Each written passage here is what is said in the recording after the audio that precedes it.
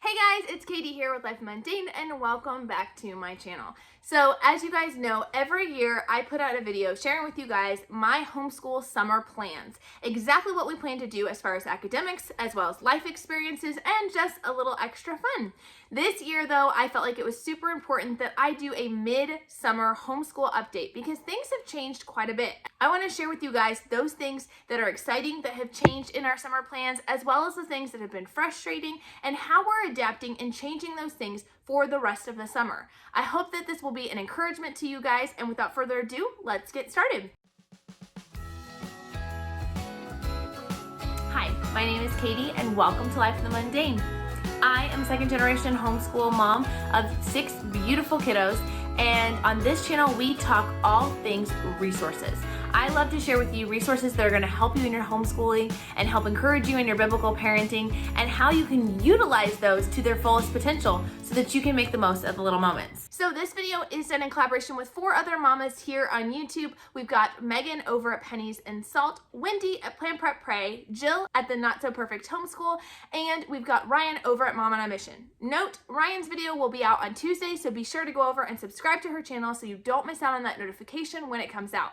I will drop all of these videos down in the playlist down below in the description, so be sure to check that out after you're done with this. I feel like it'll just be a huge encouragement to you to see how plans can change for the summer and what you can do to adapt if things aren't going well for you guys this year. So first, let's look at the academics. Well, spoiler alert, things have not gone as planned at all in this area. We had really looked at the summer ahead and knew that it was going to be crazy. It was going to involve a lot of travel, a lot of helping friends. It was just going to be a little up in the air. And because of that, I had tried to be realistic, pull back on my plans that I typically do for the summer, and had really only planned to focus on a few small areas. We were going to be finishing math for those kids who had not finished math yet. We were going to be working on reading instruction for my 2 children that still have a reading instruction that they need, and we were going to be focusing heavily on history and finishing off our Story of the World Level 4. Well, let's start with history. That has been a big fat 0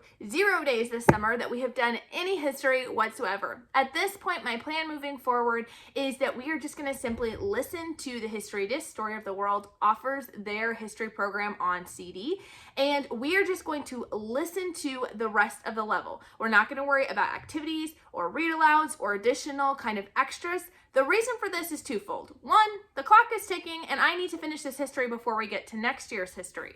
But the second thing is the history that we are covering this year in Story of the World is very similar, and actually we're going to be going a lot more in depth into the American history aspect, which is a huge part of level 4 next year. And so because of that, I feel like we can do kind of a broad overview, and then we'll just dig deep into the fall. So that's the plan for history. As far as math goes, one of my daughters has finished her math program, which is awesome, but I still have 3 kiddos that are finishing math. Some have done better than others. We are trying to do at least 1 lesson a day, just kind of plugging away so that we can finish this out. My hope had been that they would be able to finish out their math by the end of June, maybe the 2nd week in July. However, at this point, it's looking like we're going to be going all the way through the end of July, which is a little disappointing, but honestly, it is what it is. And for most of my kids, they could actually use less of a gap between ending 1 year of math and starting the next year. When it comes to reading instruction, this one has been kind of splintered. So I have 2 kids who do reading instruction, one doing all about reading. That one we've done a little bit more of. She's been able to do about 2 lessons a week on average.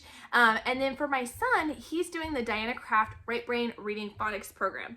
With this, it's a lot more teacher intensive. I've done several videos up on it in the iCards and down in the description below. I'll leave those for you guys. But due to several different circumstances, we have just not been able to get to those lessons the way I had hoped to this summer so far. I am planning to adjust my expectations a little bit. Originally, we had hoped to do the program 5 days a week so we could kind of bridge some of the gap that's there. And I will be honest, I have dealt with a lot of mom guilt over not being able to get to those lessons here in the month of June.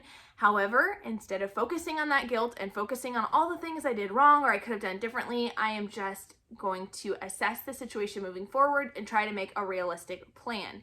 We are going to shoot to do reading lessons 3 days a week, and if at all possible, to do the brain training exercises, which only take about 10 to 15 minutes a day, do those once a day.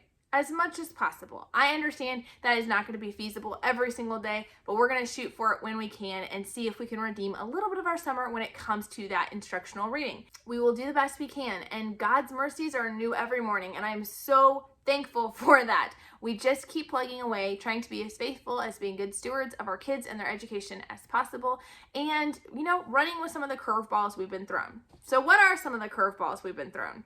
Well, there's been quite a few things. We ended up sick for the first couple of weeks of summer, which really stunk. It really kind of made things a lot more challenging. My boys got to go to summer camp this year, which was really fun. Thankfully, they weren't sick during that, and that was a really great experience. And as soon as they got back from camp, Wendy over at Plan Prep Pray, her and her family moved here to Kansas, and we have been helping them kind of get settled in. That transition has been a little bit bigger than we originally thought, although we do not regret it at all. It's amazing having one of your best friends and your kids' best friends living so close by, but it has been an adjustment in our plans. The biggest curveball, though, that we've been thrown this summer is we actually found out semi-recently that my daughter will be having a medical procedure, will be having a surgical procedure at the end of July. This actually requires quite a few extra tasks. One, her hospital that she goes to is actually several hours away in the Kansas City area. And so we are actually going to have to travel up there at least 3 times this summer, if not more,